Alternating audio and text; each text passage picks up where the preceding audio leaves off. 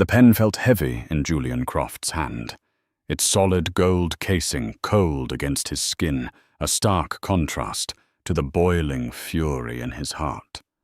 Across the vast mahogany desk, his lawyer's face was a mask of professional concern. But Julian saw the judgment in his eyes. He didn't care. The woman seated beside him, Isabella, squeezed his other hand. Her touch, a comforting anchor in his sea of betrayal. With one final decisive stroke, he signed the document. A document that disinherited his wife of 8 years, Eleanor, and named Isabella Rossi. His mistress, the sole heir to his billion-dollar tech empire. He had just signed away his past, believing he was securing his future. He had no idea his pregnant wife was on a flight home carrying a secret that would shatter his new reality and expose a lie more venomous than he could ever imagine. Julian Croft had built his empire, Croft Innovations, from a garage startup into a global technology behemoth. His life was a testament to ruthless efficiency and a forward-gazing vision that saw opportunities where others saw obstacles. His penthouse apartment on Park Avenue was a monument to this success, with floor-to-ceiling windows offering a godlike view of Manhattan. It was a life of curated perfection, and Eleanor Vance had been its centerpiece. They had met at a university gala a decade ago. He was the intense, driven postgraduate student with a revolutionary idea. She was the brilliant art history major with a laugh that could disarm armies. Eleanor was his calm, his sanctuary. She understood the man behind the mogul, the one who still wrestled with insecurities from a childhood spent in the shadow of mediocrity. For 8 years, their marriage had been the one part of his life not governed by profit margins and quarterly reports. It was, he believed, his greatest merger.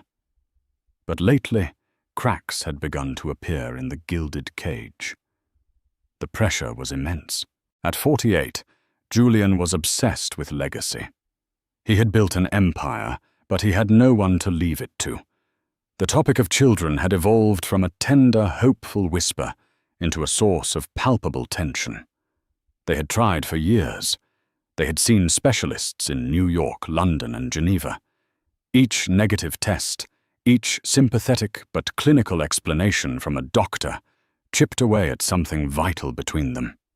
Julian, a man who could bend markets to his will, could not command biology.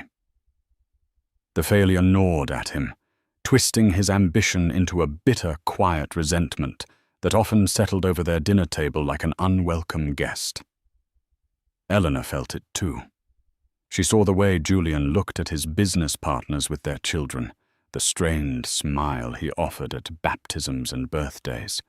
She carried the weight of their shared disappointment, but she also carried the scars of countless invasive procedures and the emotional whiplash of hope and despair. She suggested adoption surrogacy, a life focused on their philanthropic foundation, but Julian was stubbornly traditional. He wanted a child of his blood, an heir. It was into this fragile ecosystem that Isabella Rossi had arrived. Hired as a high-level executive assistant 6 months prior, she was everything Eleanor wasn't, at least on the surface. She was raven-haired, sharp-edged, and possessed an ambition that mirrored Julian's own. She spoke his language of acquisitions, of market disruption, of legacy. She worked late, anticipated his needs before he voiced them, and looked at him not as a husband, but as a king. The affair began subtly. A shared bottle of scotch after a late-night deal closing. A hand lingering a moment too long on his arm. Soon their clandestine meetings became Julian's escape from the quiet disappointment waiting for him at home. Isabella didn't see him as a failure in any capacity. She saw him as a titan, and she told him so, her words a balm on his wounded pride. Then came the call that took Eleanor away. Her mother, living in a quiet town in Northern California, had suffered a severe stroke. Eleanor was distraught, packing a bag in a tearful rush. "I have to go, Julian. She's not responsive. The doctors don't know." Julian had held her, offered the private jet, and played the part of the supportive husband. "Go. Take as long as you need. Don't worry about anything here." But as he watched the jet ascend into the clouds, a cold part of him felt a sense of relief. It was a temporary reprieve from the silent accusations and the shared grief that had become their life. Eleanor was gone for 3 weeks. Her calls were filled with the hushed, anxious energy of a hospital vigil. She spoke of her mother's small improvements, the grueling reality of rehabilitation, and how much she missed him. Julian listened, offered platitudes, but his mind was elsewhere. He was spending his evenings with Isabella, who was slowly and methodically making his penthouse her own. She replaced Eleanor's favorite lilies with exotic orchids. She learned to cook his favorite steak, a perfect medium rare. She filled the silence not with sorrow, but with seductive whispers about the future. It was during that 3rd week that Isabella planted the most poisonous seed. One evening, as they lay in the bed he had once shared only with his wife, she traced a pattern on his chest. "It must be so hard for you," she murmured, her voice laced with faux sympathy. "All this pressure for an heir. And Eleanor, she's a wonderful woman, of course, but perhaps her focus is elsewhere." "What do you mean?" Julian asked, his voice rough. Isabella feigned hesitation. "Oh, it's nothing. Just a friend of mine saw her in San Francisco last week. She wasn't at the hospital. She was having lunch with a man. They seemed very close, laughing." She paused, letting the implication hang in the air. "I'm sure it was innocent. A friend from college, perhaps. But with everything you've been through, you deserve someone who is 100% devoted to you, Julian, to your legacy." The seed found fertile ground in Julian's paranoia and ego. A lunch. While her mother was fighting for her life, the thought was a spark, and Isabella fanned it into a wildfire over the next few days with more innocent observations and fabricated concerns. The final brutal blow came in the form of a single photograph sent from an anonymous number, an image Isabella had expertly commissioned and doctored. It showed Eleanor sitting at an outdoor cafe, smiling at a handsome, generic-looking man. It was cleverly edited, a composite of 2 different pictures, but to Julian's enraged and suspicious mind, it was irrefutable proof. His world, already fractured, shattered completely. The woman he had loved his sanctuary was not just barren, but a liar, a cheat. In his mind, her inability to give him a child was now reframed as a deliberate, malicious betrayal. She had been playing him for a fool all along. The fury that seized him was absolute. He would not be made a fool of. He would excise her from his life, from his legacy, as cleanly as a surgeon removing a tumor. That afternoon he called his personal lawyer, Marcus Thorne. "Marcus," he said, his voice devoid of emotion, "I need you to draw up a new will, and I want to start divorce proceedings, immediately." There was a stunned silence on the other end of the line. "Julian, is everything all right? What's happened with Eleanor?" "Eleanor is no longer a concern of mine." Julian stated the words like chips of ice. "I'm making a change, a complete change. I want everything, every stock, every property, every last dollar, to go to one person, Isabella Rossi." Marcus Thorne was a man who operated in shades of grey, but he believed in the black-and-white sanctity of the law and the institution of marriage. He'd known Julian for 15 years, had drafted the original prenuptial agreement and had always admired the genuine affection between Julian and Eleanor. This call felt like a lightning strike from a clear blue sky. "Julian, this is extremely sudden," Marcus said, his voice cautious. He was sitting in his leather-upholstered office overlooking the East River, a bastion of old money stability. "Divorce and a complete overhaul of your estate plan are monumental decisions. Perhaps we should discuss this after you've had some time to—" "I don't need time, Marcus," Julian snapped. "I need a lawyer. Are you my lawyer or not?" "Of course, Julian, but it is my duty to advise you to proceed with caution. Disinheriting a spouse is a complex and often contested process. Eleanor has rights. Her rights ended when she betrayed me," Julian growled. He relayed the story Isabella had crafted for him, the secret lunches, the emotional distance, the damning photograph. He presented it not as suspicion, but as cold, hard fact. Marcus listened, the story sounding thin and suspiciously convenient. "A photograph can be misleading, Julian. Have you spoken to Eleanor about this? Have you asked for her side of the story?" "There is no other side." Julian roared, his voice echoing in his sterile, minimalist office at Croft Innovations. Isabella, who was seated on the plush sofa across from him, gave him a look of profound sympathy, a silent applause for his conviction.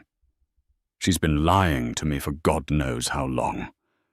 While I was building this company for us, for our future, she was gallivanting. I'm done, Marcus. Draw up the papers. Name Isabella Rossi as my sole beneficiary. She understands what I'm building. She is loyal." The word loyal hung in the air, thick with irony.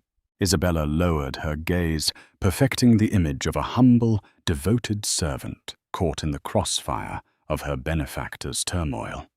Inside her heart hammered with triumph. It was all working, every carefully placed word, every fabricated piece of evidence. Her campaign had been a masterclass in psychological manipulation. She started by subtly isolating Julian. She would accidentally misplace phone messages from Eleanor's sister or friends, creating a sense of distance. She would interrupt Julian when he was about to call his wife, citing an urgent work matter that required his immediate attention, reinforcing the idea that she was essential to his professional life, while Eleanor was an external distraction.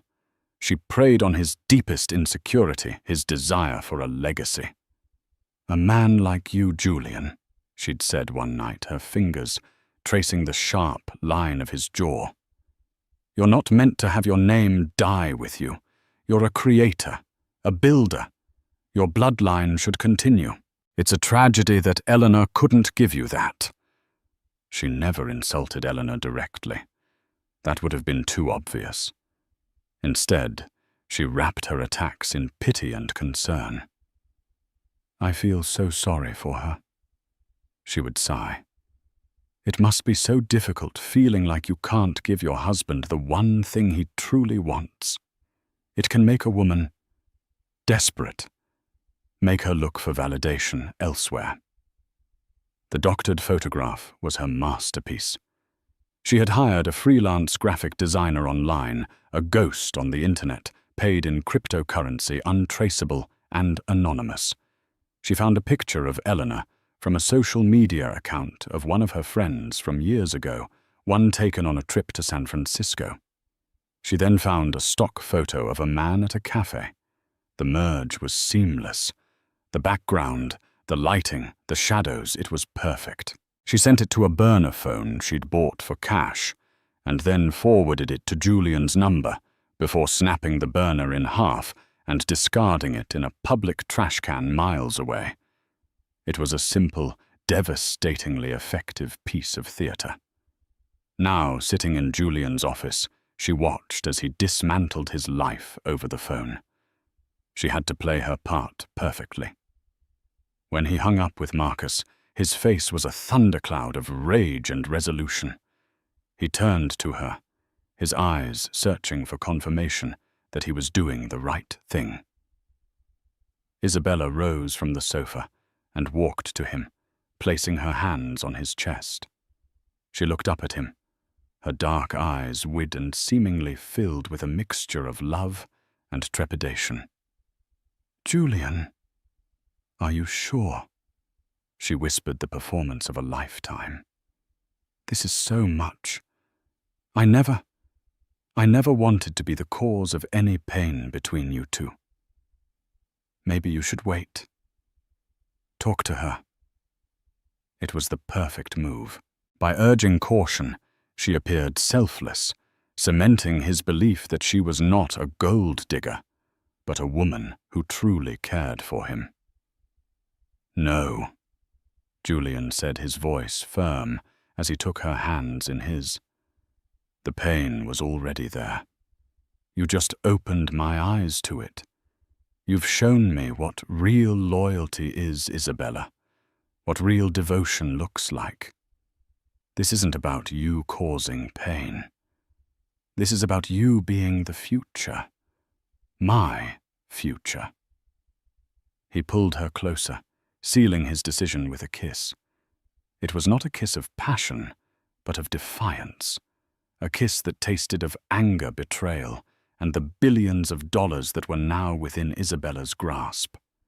She returned it, pouring every ounce of her feigned adoration into the embrace, her mind already redecorating the penthouse and calculating the market value of Croft Innovation stock. The serpent had not only whispered, she had been heard, and her venom was now coursing through the veins of an empire. The signing was scheduled for a Friday afternoon, 2 days after the initial call. Marcus Thorne had worked with his usual diligence, but he had dragged his feet as much as professionally possible, hoping Julian might come to his senses. He had drafted the documents as instructed, but he had also prepared a file outlining the likely legal challenges, the cost of a contentious divorce from a long-term spouse, and the potential PR fallout for a public figure like Julian Croft. He was hoping to make one last appeal to reason. The meeting took place not in Marcus's warm, wood-paneled office, but in a sterile, impersonal conference room at the Croft Innovations headquarters. The room was a glass box on the 50th floor, overlooking the city, designed to make visitors feel small and Julian feel powerful. A long, black granite table dominated the space, its polished surface reflecting the grim faces of the 2 men seated at one end. Julian was dressed in a razor-sharp charcoal suit, his face set like stone. He hadn't slept, and dark circles shadowed his eyes, but his posture was rigid, unyielding. Across from him, Marcus looked tired and grave. His briefcase open, the offending documents laid out in a neat funereal stack. "Before we proceed, Julian," Marcus began, his voice calm and even, "I must, as your counsel, advise you one last time against this course of action. You are about to sign away 8 years of marriage and partnership based on a single photograph and unsubstantiated claims. If you proceed with this, the divorce will be brutal. Eleanor will fight this, and a judge may look very unfavorably on your attempt to leave her with nothing. It will be seen as punitive." "Let it be punitive," Julian said, his voice a low growl. "She deserves nothing. She made a fool of me. And Miss Rosie." Marcus continued, his gaze flicking toward the door. "To name her your sole heir while you are still legally married is an extraordinary move. It exposes your estate to immense risk. It essentially paints a target on her back for any legal challenge Eleanor, or anyone else for that matter, might bring forward." Just then the conference room door opened, and Isabella Rossi entered. She was the picture of quiet elegance and solemnity, dressed in a conservative navy blue dress. She carried a leather-bound notepad as if she were there to take minutes, a subtle performance of her subordinate role, even in this moment of ultimate victory. "Marcus," she said with a polite, sad smile. "Julian, I hope I'm not interrupting." "You're right on time," Julian said, his tone softening instantly. He gestured to the chair beside him, a seat of honor that was not lost on Marcus. Isabella sat placing her hands demurely in her lap. She looked at Marcus with an expression of earnest concern. "Mr. Thorne, I want you to know I have told Julian this is not necessary. My feelings for him are not contingent on any financial arrangement. I am here for him emotionally. That is all I have ever wanted." Marcus stared back at her, his experienced eyes seeing through the flawless performance to the cold, calculating core beneath. He had seen her type before, but rarely were they this skilled. He turned back to Julian. "Julian, think about what you are doing. The company, your board. This will create instability. It's reckless." "Reckless," Julian scoffed, a bitter laugh escaping his lips. "Reckless was trusting my wife. Reckless was wasting years of my life with a woman who was laughing at me behind my back. This," he said, tapping a finger on the top page of the will, "is not reckless. This is control. This is me taking back control of my life and my legacy." He picked up the expensive fountain pen laid out for him. The nib hovered over the signature line. In that fraction of a second, a fleeting image of Eleanor flashed through his mind. Her laugh on their honeymoon in Italy, the way she looked at him across a crowded room, the comfortable slants they used to share. It was a ghost of a memory, quickly vaporized by the searing heat of his anger. He thought of the photograph of her smile directed at another man, and his grip on the pen tightened. Isabella watched, her breath held. This was the culmination of months of patient predatory work, the careful erosion of a marriage, the stoking of an insecure man's ego, the brilliant, simple deception. Her future was balanced on the tip of that pen. Julian's eyes met hers. She gave him the smallest, most encouraging nod, her expression a perfect blend of love, support, and sorrow for his pain. That was all it took. He pressed the nib to the paper. The scratch of pen on parchment was the only sound in the vast, silent room. He signed his full name, Julian Alexander Croft, with a firm, angry stroke. He then pushed the document across the table toward Marcus. "Witnessed and notarized," he commanded. "File the divorce papers this afternoon." Marcus Thorne looked down at the signature. It felt like he was looking at the scene of a crime.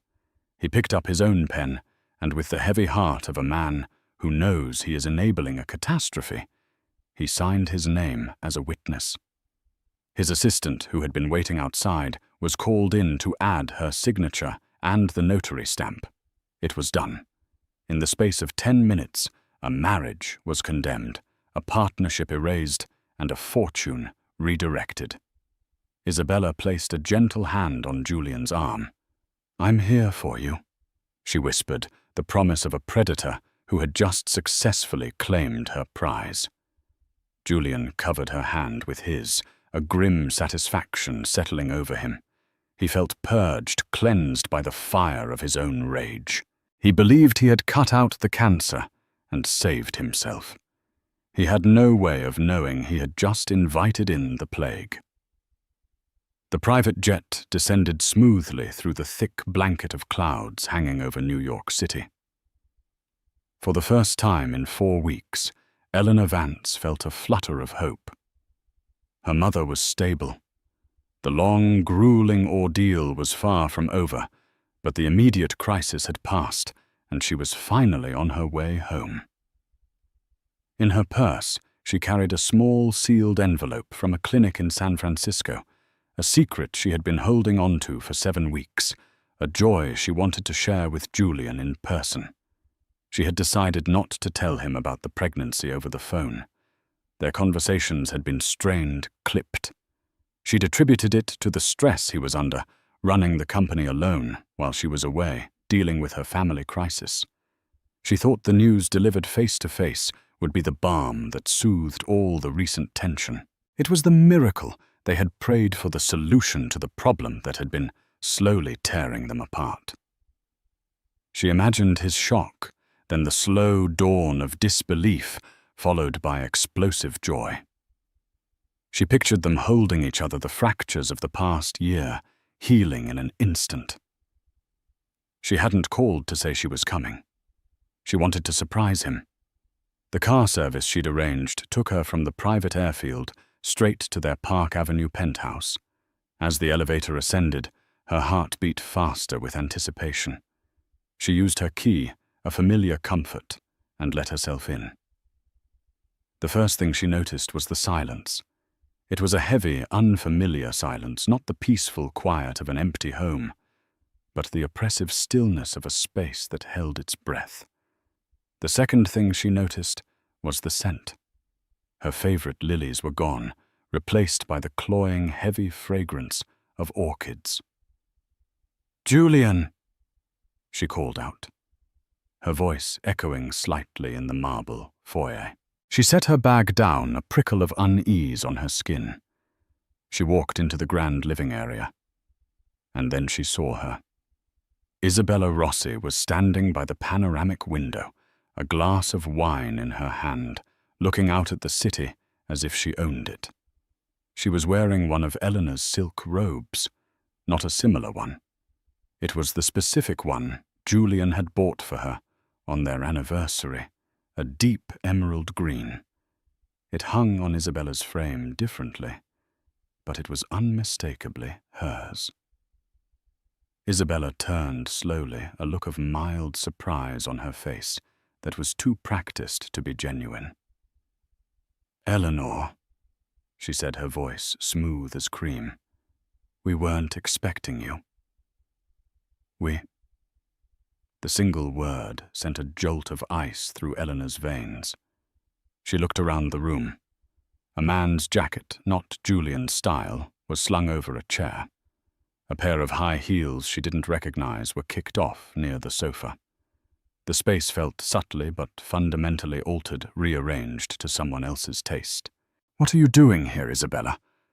Eleanor asked, her voice tight, all thoughts of her joyful surprise evaporating. "And why are you wearing my robe?" "Julian felt I should be comfortable," Isabella said with a small, self-satisfied smile. She took a deliberate sip of her wine.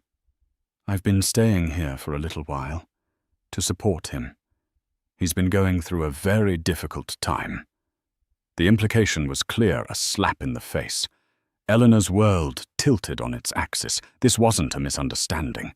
This was a hostile takeover of her home, of her life. "Where is my husband?" Eleanor demanded, her voice rising. As if on cue, Julian walked into the room from the direction of their master bedroom. He was knotting a tie, dressed for an evening out. He stopped dead when he saw Eleanor. The color drained from his face, replaced by a complex storm of shock, anger, and something that looked horribly like guilt. "Eleanor," he said, his voice flat. "What are you doing here? I thought you were in California." "My mother is stable. I came home. To my husband. To my home," she said, her eyes darting from Julian's cold expression to Isabella's triumphant smirk. The scene before her was so brazen, so utterly disrespectful, that she could barely process it. "Julian, what is going on? Why is she here? Why is she wearing my clothes?" Julian took a deep breath, his features hardening into the ruthless mask he wore in the boardroom. He had rehearsed this moment in his mind, but he hadn't expected it to be so soon, so sudden. Isabella's presence emboldened him. "Isabella is here because I invited her," he said, his words precise and cruel. "She lives here now." Eleanor felt as if the floor had dropped out from under her. She physically staggered back a step, her hand flying to her mouth. Lives here? What are you talking about? Julian, this is our home. We are married. A marriage that, as far as I'm concerned, is over. He declared the sentence landing with the force of a physical blow. I've instructed my lawyer to file for divorce. Divorce. The word was a choked whisper. Based on what? We were fine before I left. Julian, what has she been telling you? She looked at Isabella, a sudden horrifying understanding dawning in her eyes. This was not a random affair. This was a coup. She hasn't told me anything that I didn't already suspect. Julian lied, his voice thick with self-righteous anger. Don't play the innocent victim, Eleanor. I know about your lunches in San Francisco. I know about your lies. Eleanor stared at him, utterly bewildered. Lunches, what are you talking about? I was at the hospital with my mother day and night. I barely left her side. Please, Eleanor, don't insult my intelligence, he sneered. I have proof. Now I think it would be best for everyone if you collected some of your things and left. Isabella and I have dinner reservations. The casual cruelty of that last sentence shattered Eleanor's shock and replaced it with a surge of white-hot fury. This man, to whom she had given a decade of her life, was discarding her like a failed business venture based on lies whispered by the woman wearing her robe in her own living room. The injustice of it was breathtaking.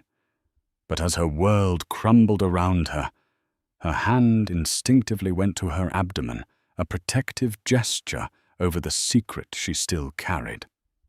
The joyous news she had flown across the country to deliver had just become her last, most desperate weapon. The air in the penthouse was thick with tension, a toxic cocktail of betrayal and disbelief. Eleanor looked at the two of them. Julian, her husband, his face a mask of cold fury. Isabella, the usurper, looking on with an expression of feigned pity that was more insulting than open contempt. Dinner reservations, Eleanor repeated, her voice dangerously quiet. You're throwing me out of my home, ending our marriage over a lie you haven't even given me the chance to refute, and you're worried about dinner reservations. There's nothing to refute, Julian said, taking a step forward so he was standing slightly in front of Isabella, a protective stance that cut Eleanor to the core. I know what you've been doing. The marriage is over. It's been over for a long time. We've both known it. No, you may have felt that way. Eleanor shot back, her voice gaining strength. I thought we were going through a difficult time, a challenge we were supposed to face together. I didn't realize you were using it as an excuse to bring your assistant into our bed. Isabella gasped theatrically. That's not fair. Julian was hurting. He needed someone. He needed his wife, Eleanor yelled, finally losing her composure. He needed the woman who stood by him when he had nothing but an idea and a rented garage. The woman who held him when his father died. Don't you dare talk to me about what my husband needed. Julian flinched at the mention of his father, a rare crack in his armor. Leave her out of this, he commanded. This is between you and me. You were unfaithful. I was not, Eleanor cried, her frustration boiling over. I was with my sick mother, I can prove it. Hospital records, visitor logs, my sister Sarah was with me the entire time. Who fed you this poison, Julian? Her. She pointed a trembling finger at Isabella. It doesn't matter. I've made my decision. Julian said, his voice clipped and final. In fact, I've already formalized it. I've signed a new will. Everything. The company, this apartment, the house in the Hamptons, it all goes to Isabella. If the divorce announcement was a punch to the gut, this was a dagger to the heart. It wasn't just about the money. It was the complete and utter erasure of their life together. He was not just ending their marriage, he was wiping it from history. The sheer totality of the betrayal stole her breath. She looked at his face, searching for any flicker of the man she had married, but saw only a cold, resolute stranger. All her plans, all her hopes for their reunion, lay in ashes at her feet. All except one. Her hand, which had been resting on her stomach, tightened. The secret she carried was no longer a joyful gift to be given, but a shield to be wielded. It was the one piece of truth in this room full of lies. Her demeanor shifted. The frantic anger receded, replaced by a chilling calm that unnerved Julian more than her shouting had. She stood up straight, lifted her chin, and looked him directly in the eye. "You are making a catastrophic mistake, Julian," she said, her voice clear and steady. "And you are doing it because you are a coward. You couldn't face our problems, so you found an easy, flattering escape. You've chosen to believe a lie because it absolves you of your own failures." "My failures?" he scoffed. "I have built an empire. You have failed to give me the one thing that matters." The cruel words, the one unspoken accusation that had haunted their marriage for years, were finally out in the open. But now they had no power over her. A small, humorless smile touched Eleanor's lips. "Is that what you think?" she asked softly. "That I failed? That we failed?" She took a step closer, her eyes never leaving his. Isabella watched a flicker of genuine unease crossing her features for the first time. This was not the broken, weeping wife she had anticipated.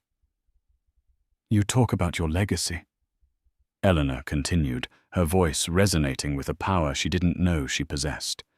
"You've just signed it all away to her. But you've made a grave miscalculation. You see, your legacy isn't something you can sign over with a pen." She paused, letting the weight of her words settle in the room. Then she delivered the bombshell. "I'm pregnant, Julian," she said. "I'm 12 weeks pregnant. With your son." The silence that followed was absolute. Julian froze his face, a canvas of utter shock. The words seemed to hang in the air, nonsensical and impossible. He stared at her, his mind struggling to process what she had just said. Isabella's mask of composure finally cracked. Her eyes widened in panic, darting between Eleanor and Julian. This was a variable she had never accounted for. An heir. A legitimate biological heir. It was the one thing that could undo everything she had worked for. Julian was the first to speak, his voice a hoarse whisper. "No. That's not possible." He shook his head, denial warring with a flicker of desperate hope. He looked at her stomach, as if he could see the proof with his own eyes. Then the poison Isabella had fed him for weeks resurfaced, twisting the miraculous news into another weapon against her. His shock curdled back into suspicion. "My son," he sneered, the words dripping with venom. "How can I be sure of that?" "After all, you had plenty of time for lunch in San Francisco." The accusation was the most vile, most painful thing he had ever said to her. To have their miracle, the child they had yearned for, thrown back in her face as a symbol of her supposed infidelity, was a cruelty beyond measure. Any remaining love she had for the man standing before her died in that moment. "You dare," she whispered, her voice trembling with a rage so profound it was almost silent. "You dare to question that. Prove it," Julian snarled, goaded by the panicked look Isabella was now shooting him. "You want me to believe you. Prove he's mine." Eleanor stared at him, her heart broken, but her resolve forged into steel. He wanted proof, She would give him proof. She would not only prove this child was his, but she would also expose the web of lies that had led them to this ugly, ruinous moment.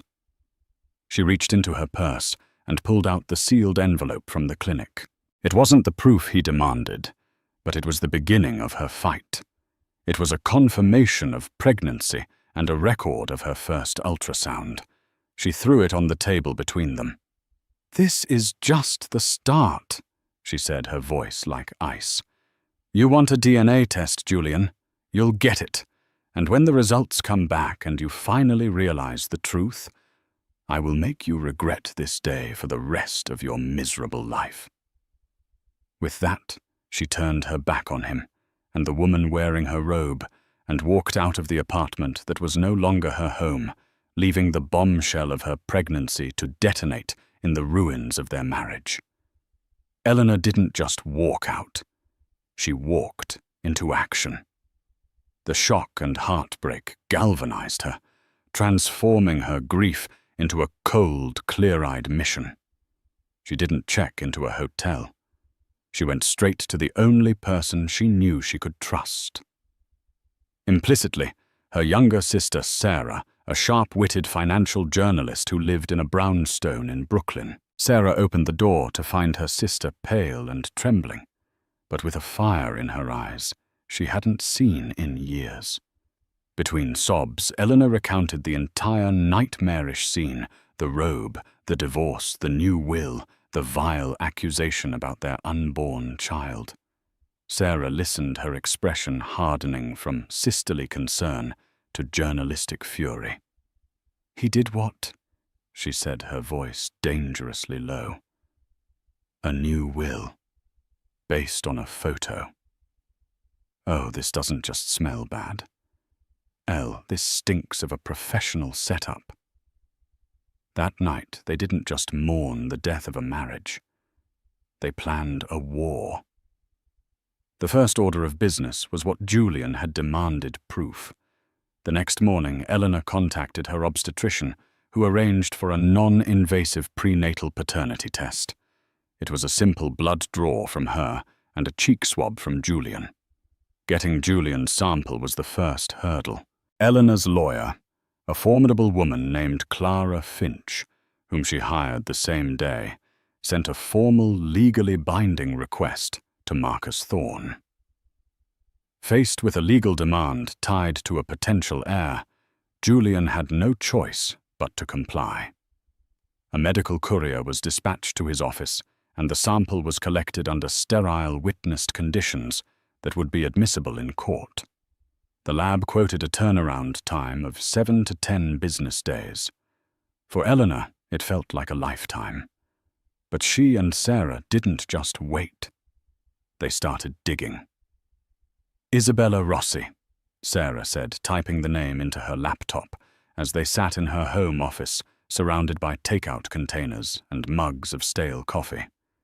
"If she's this good, she has a history. People like this don't just appear out of nowhere. They have a playbook." The initial search was fruitless. Isabella's online presence was meticulously curated and deeply professional. Her LinkedIn profile was a glowing resume of positions at high-powered firms with impeccable recommendations.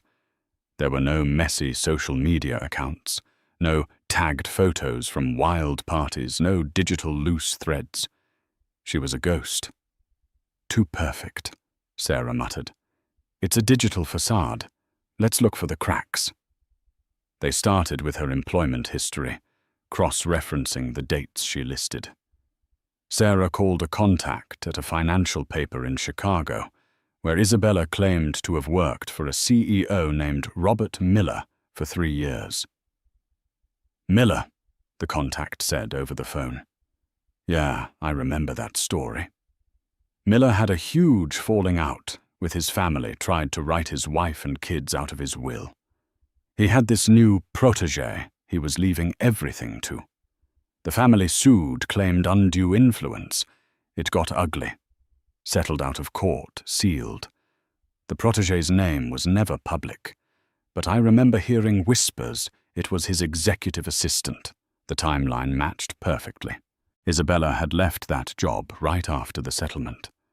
There was no public record, but it was their first real lead. She had done this before. Next, they tackled the photograph. He said he had proof. Eleanor recalled the memory, still a fresh wound.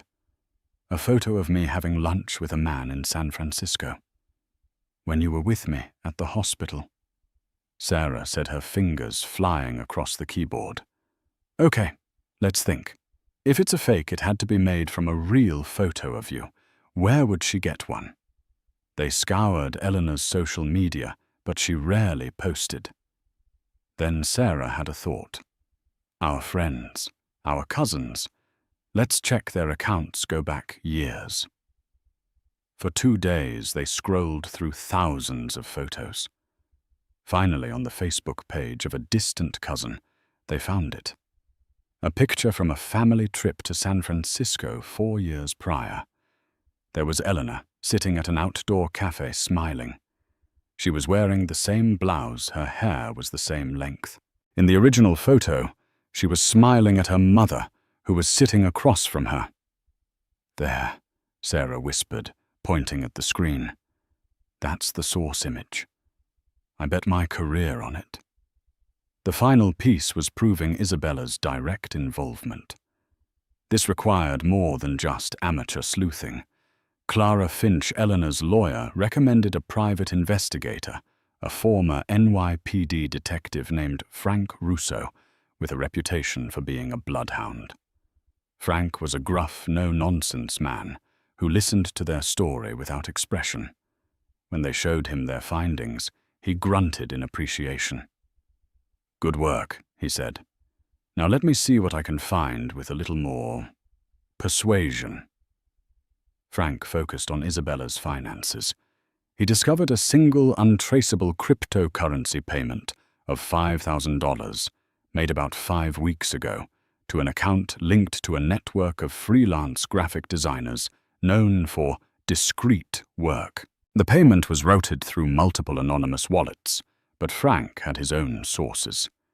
He found the digital artist a kid in Eastern Europe who, when faced with the threat of being exposed for corporate espionage, quickly confessed to creating a composite photograph for a client who paid in Bitcoin.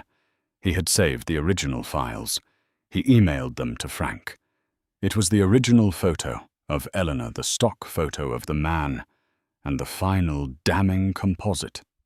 While Frank was closing in, Eleanor got the call from the lab. The results were in. Her heart hammered against her ribs as she asked Clara to arrange the final meeting.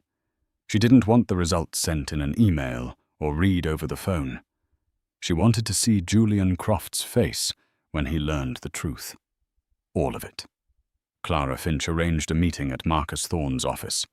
The purpose was stated simply: to present the results of the paternity test and discuss the terms of the divorce. Julian, confident the test would prove him right, agreed immediately. Isabella, smelling the final victory, insisted on being there to support him. It was the trap Eleanor and her team had so carefully laid. They weren't just coming with a DNA test. They were coming with an arsenal. The atmosphere in Marcus Thorne's largest conference room was as cold and brittle as a winter morning. The long mahogany table, polished to a mirror, shine reflected the tense faces of everyone present. Julian Croft sat at the head of the table, flanked by Isabella Rossi, who looked the part of the concerned, supportive partner. On the other side sat Eleanor, poised and radiating a steely calm that was more intimidating than any outburst. Beside her were her sister Sarah and her lawyer Clara Finch, a woman whose sharp intelligence was evident in her every precise movement. Marcus Thorne, acting as a neutral arbiter, sat between the two factions, a single sealed manila envelope on the table before him. We are here today to review the results of the court-ordered prenatal paternity test. Marcus began, his voice heavy with formality. The chain of custody has been verified, and the results have been delivered directly to my office from the laboratory." Julian leaned forward slightly, a smug, anticipatory look on his face.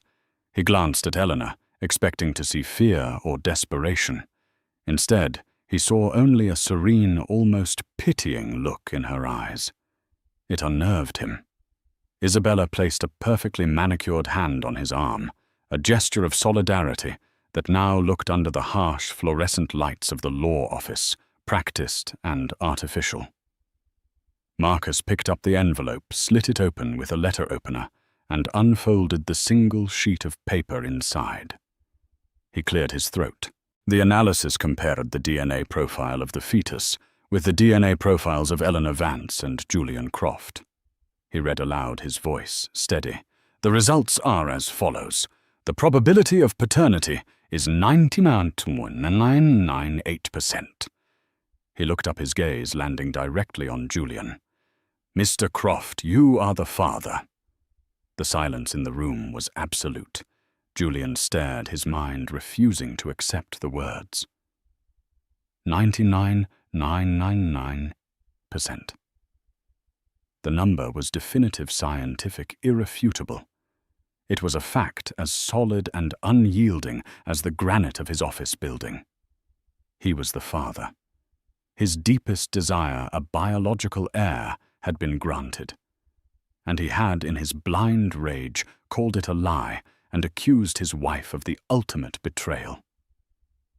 He turned to look at Eleanor, his mouth opening and closing silently. He saw not triumph in her eyes, but a profound, bottomless disappointment. The weight of his cruelty, of his monstrous mistake, crashed down on him with the force of a physical blow. He felt the air leave his lungs. Isabella went pale. Her grip on Julian's arm tightened like a vice. This was the one outcome she couldn't spin, the one fact she couldn't manipulate. "Congratulations, Julian," Clara Finch said, her voice cutting through the silence like a scalpel. "You're going to be a father, which brings us to the second matter of business." Before Julian could even form a response, Sarah slid a tablet across the table. On the screen was a side-by-side comparison, the photo of Eleanor smiling at her mother, and the doctored photo of her smiling at a strange man. "Recognize this, Julian?" Sarah asked, her voice dripping with contempt. "This is the proof you based the end of your marriage on. On the left is the original taken 4 years ago. On the right is the fabrication you received. A rather clumsy one once you know what to look for." Clara Finch placed a file folder on the table. "And this," she said, tapping it, "is a sworn affidavit from the graphic designer who was paid $5,000 in cryptocurrency to create that fake photograph.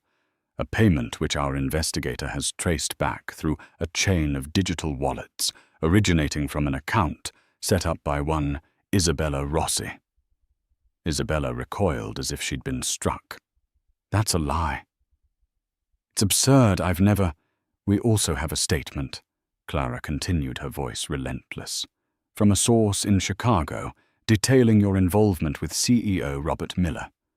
A nearly identical pattern of behavior, alienating him from his family and persuading him to alter his will in your favor before a sealed out-of-court settlement was reached. You have a history of this, Miss Rossi. It's not love. It's a profession." Every word was a hammer blow, dismantling Isabella's carefully constructed world. Her face, usually a mask of serene control, began to crumble. Panic flickered in her eyes. She looked at Julian, her expression pleading.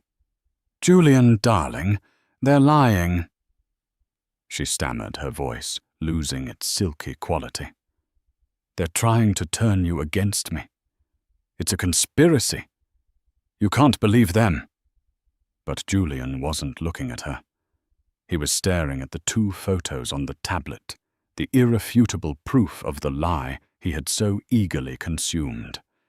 He saw it all with horrifying clarity. Now the whispers, the concerns, the perfectly timed delivery of the fake photo. He had not been a victim of betrayal by his wife. He had been the willing, arrogant mark in a long con. He had allowed his pride, his insecurity, and his ego to be played like a fiddle. He finally turned to look at Isabella, but he wasn't seeing the devoted, adoring woman he thought he knew. He was seeing a predator, a parasite who had attached herself to him and poisoned him against the one person who had ever truly loved him.